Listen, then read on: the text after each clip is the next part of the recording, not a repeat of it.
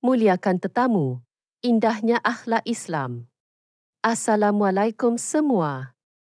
Nabi Muhammad bersabda, sesiapa yang beriman kepada Allah dan hari akhirat, maka hendaklah dia memuliakan tetamunya.